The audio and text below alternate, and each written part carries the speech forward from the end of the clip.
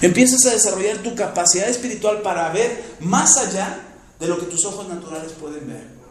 Porque si tú puedes agradecerle a Dios por lo más insignificante en tu vida o en tu día, le vas a agradecer lo más sobrenatural, lo más extraordinario.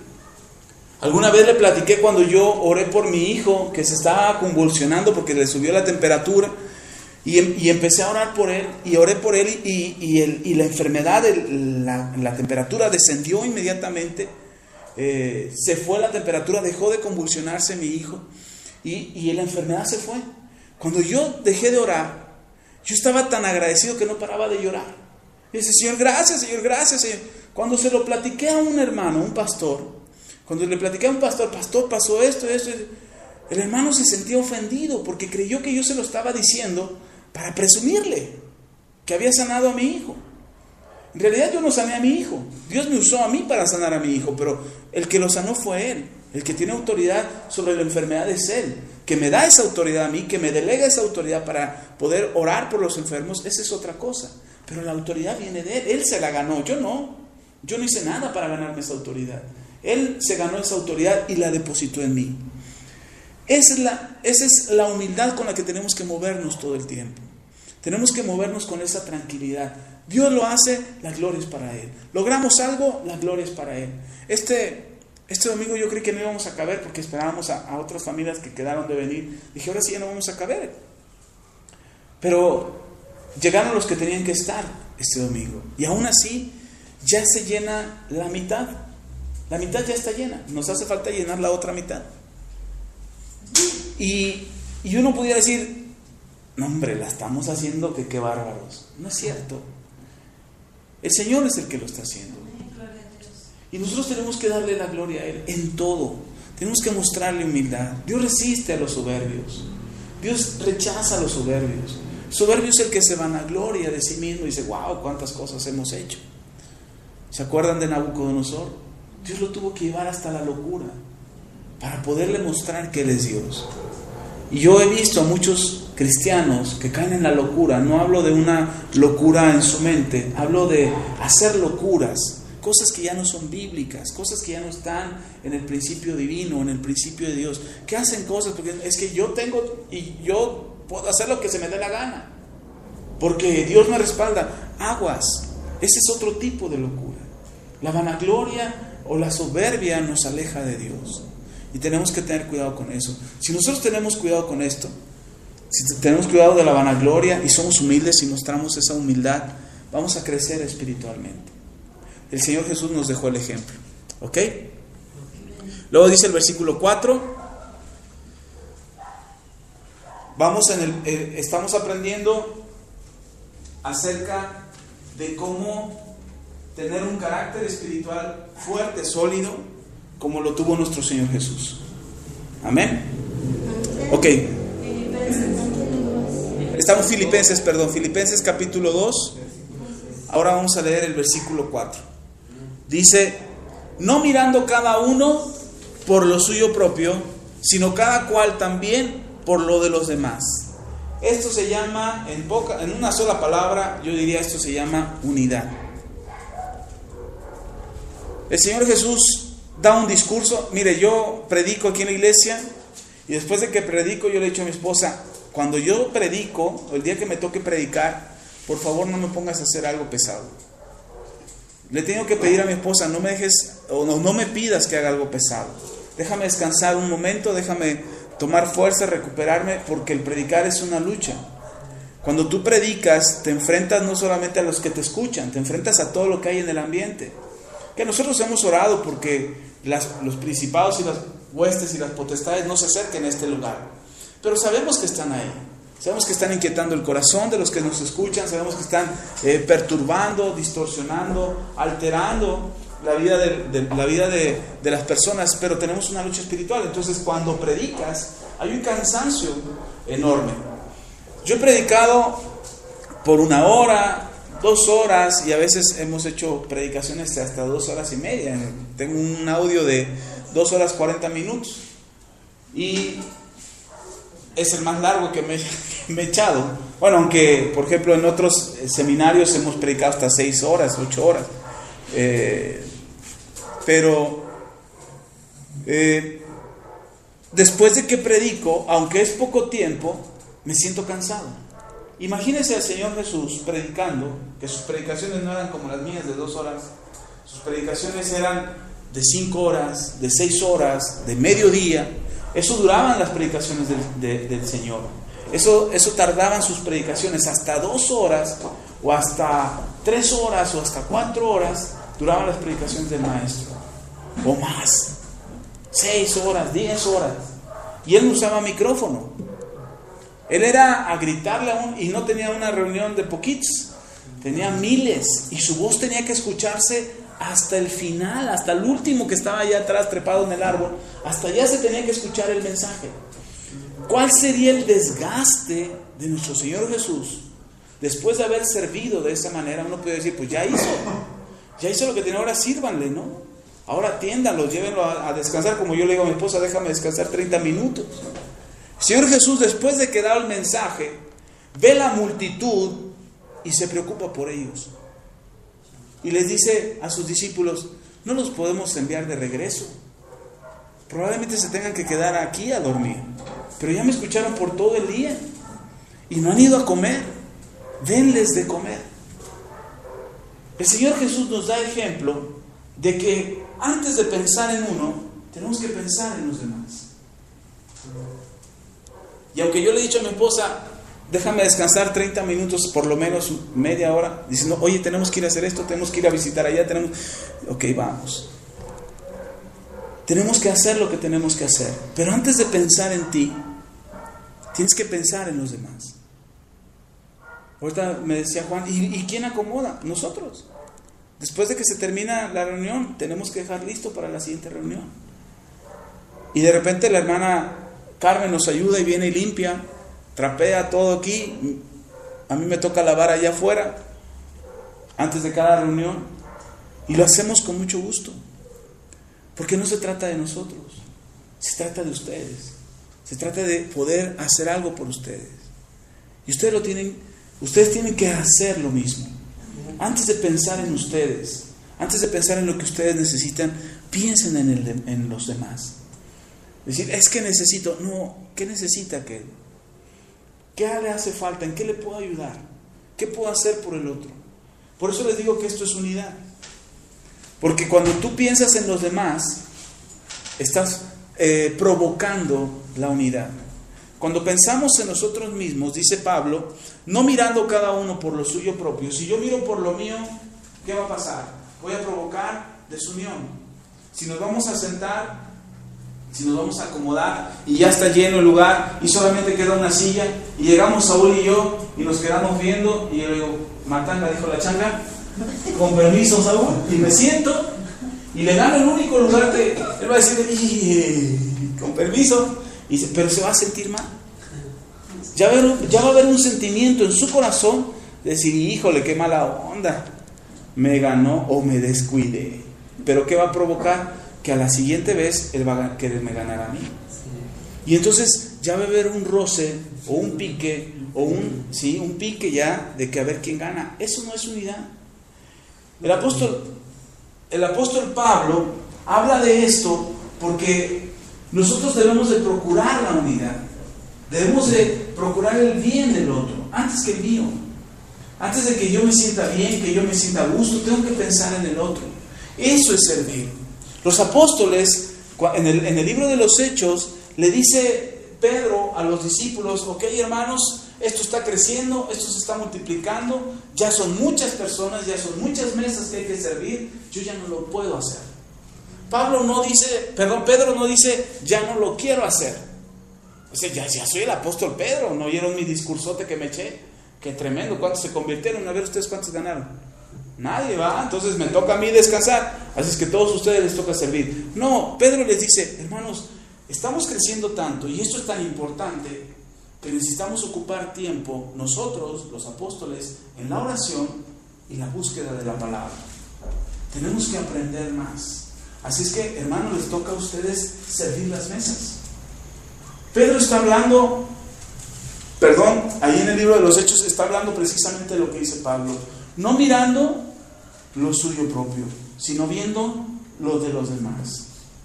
¿Pedro podía seguir sirviendo mesas? Claro que sí, pero ¿qué les iba a dar a los hermanos?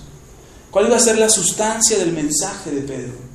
¿Cuál iba a ser la comunión que Pedro tuviera con el Espíritu Santo a través de la oración?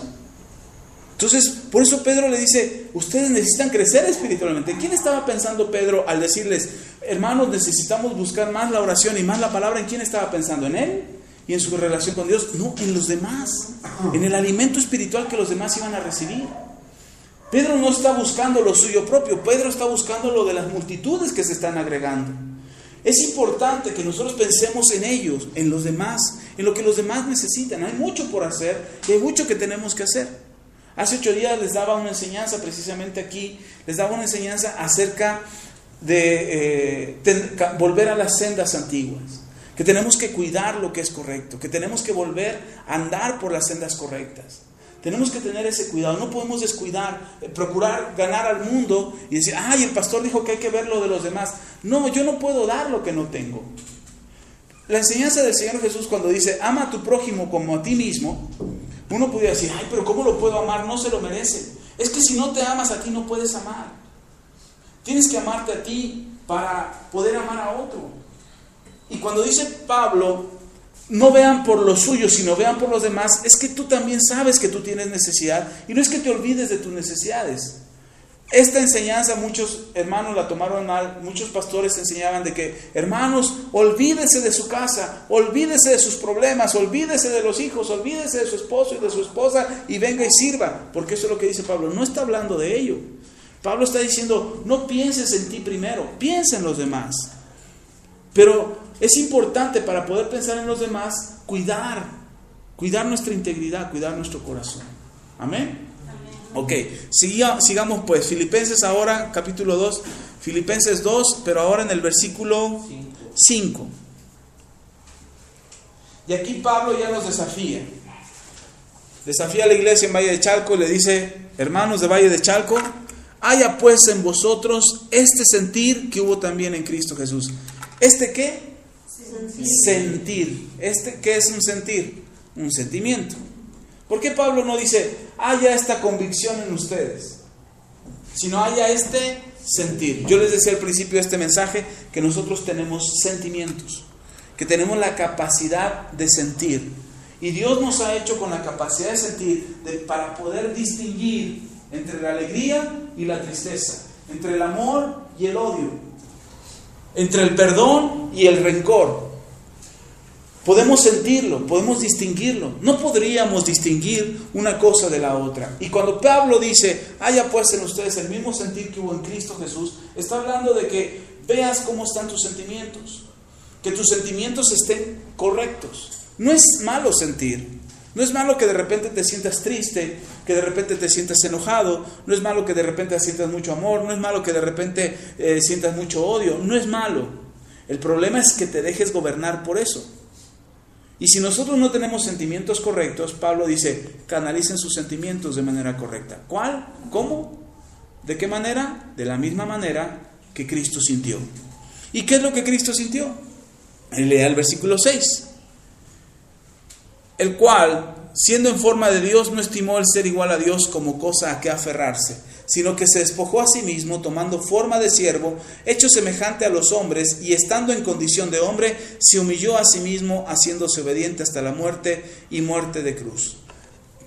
Yo veo 3 cosas importantes: que se despojó, que se humilló y que obedeció. ¿Qué hizo Jesús? Se despojó, se humilló y obedeció. Para mí estas 3 cosas es lo que debería estar en nuestros sentimientos.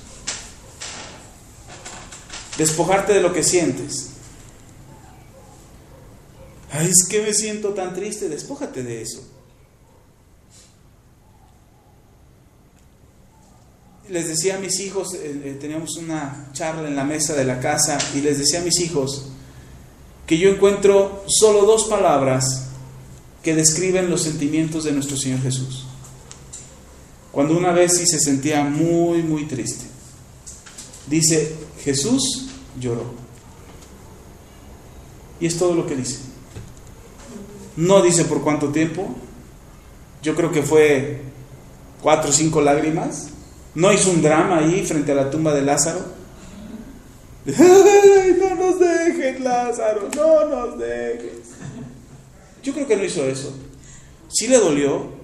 Era su amigo, muy, muy cercano. Un amigo muy cercano a Jesús. Pero Jesús, dice la Biblia, Jesús lloró.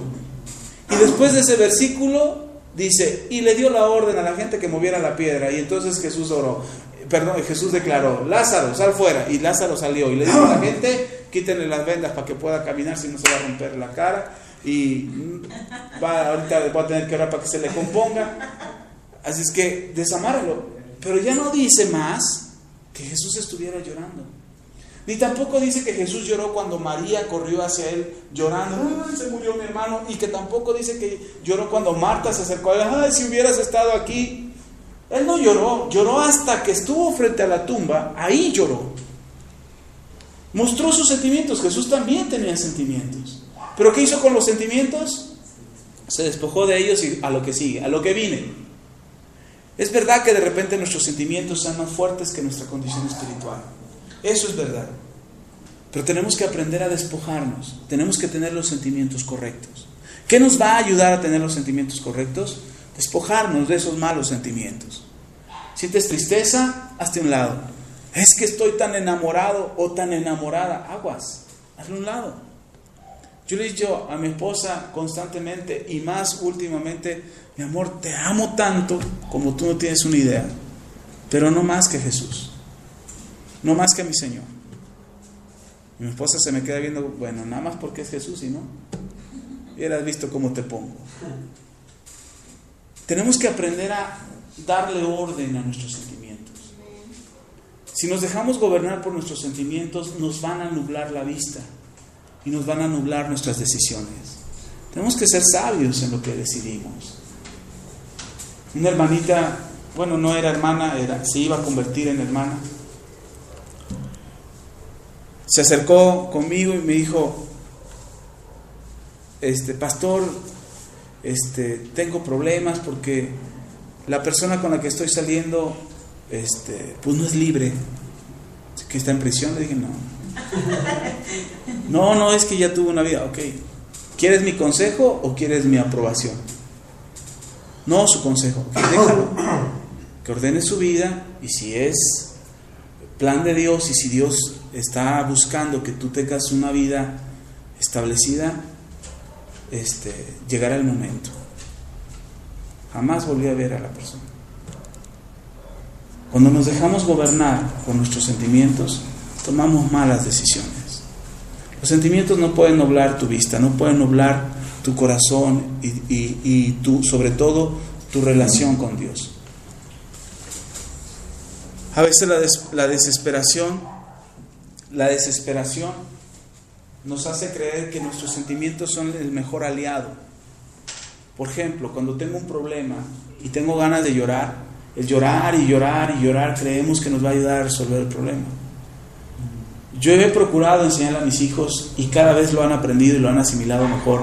Yo les digo, tienes que llorar solo por 2 cosas. Solo hay 2 razones por las que puedes llorar. Y llorar todo lo que tú quieras.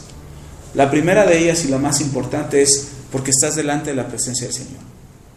Ya sea para arrepentirte, para pedir perdón, para reconciliarte con Él, o porque su gloria te está tomando y no puedes contenerte. Y puedes llorar todo lo que quieras. Aquí en la alabanza, cuando cantamos, cuando adoramos, cuando oramos.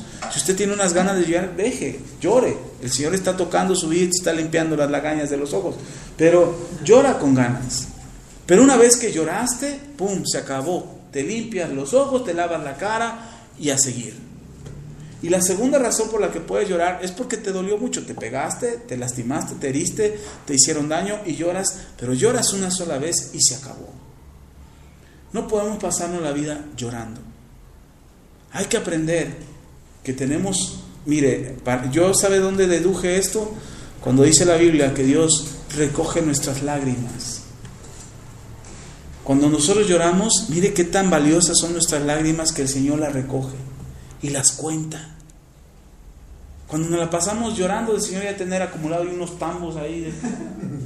Está para reciclar, para regar el jardín del cielo, porque como lloran. Hay que aprender a llorar. Hay que saber darle orden a nuestros sentimientos. Entonces, primero hay que despojarnos de los sentimientos incorrectos. Segundo, el Señor se despojó. ¿De qué se despojó? De sí mismo, del ser igual a Dios. ¿Por qué dice que se despojó? ¿Por qué lo relaciono yo con los sentimientos? ¿Qué tiene que ver una cosa con otra? Él pudo vanagloriarse y decir, yo soy Dios. ¿Yo por qué voy a morir por todos esos pecadores? Dijo, no, me despojo esto, lo dejo aquí, en el trono de Dios, y yo voy a tomar forma de hombre. Y cuando es hombre, ¿qué hace? Se humilla. No solamente tenemos que aprender a despojarnos de los sentimientos equivocados, sino que tenemos que aprender a humillarnos. Yo les enseñaba a los varones cuando empezamos a orar, yo les decía, delante de Dios, cierra los ojos cuando vayas a orar. Pero cuando vayas a orar contra el diablo, abre los ojos. No vaya a ser que el diablo te vaya a soltar un guamazo y tú con los ojos cerrados y ni en cuenta. Hay que aprender a orar. Si vas a orar delante del Señor, confía, cierra tus ojos. ¿Por qué? Alguien me decía, hermano, ¿y por qué cierras los ojos cuando oran? Una, para aprender a concentrarte. Hoy nosotros, mi esposa y yo, podemos orar y abrir los ojos y no nos desconcentramos, seguimos concentrados en la oración. Pero hay quienes cuando están orando, se abren los ojos, ya se distrajeron. Entonces, si te cuesta trabajo concentrarte en la oración, cierra tus ojos. Y tienes que aprender a humillarte. Delante del Señor, humíllate.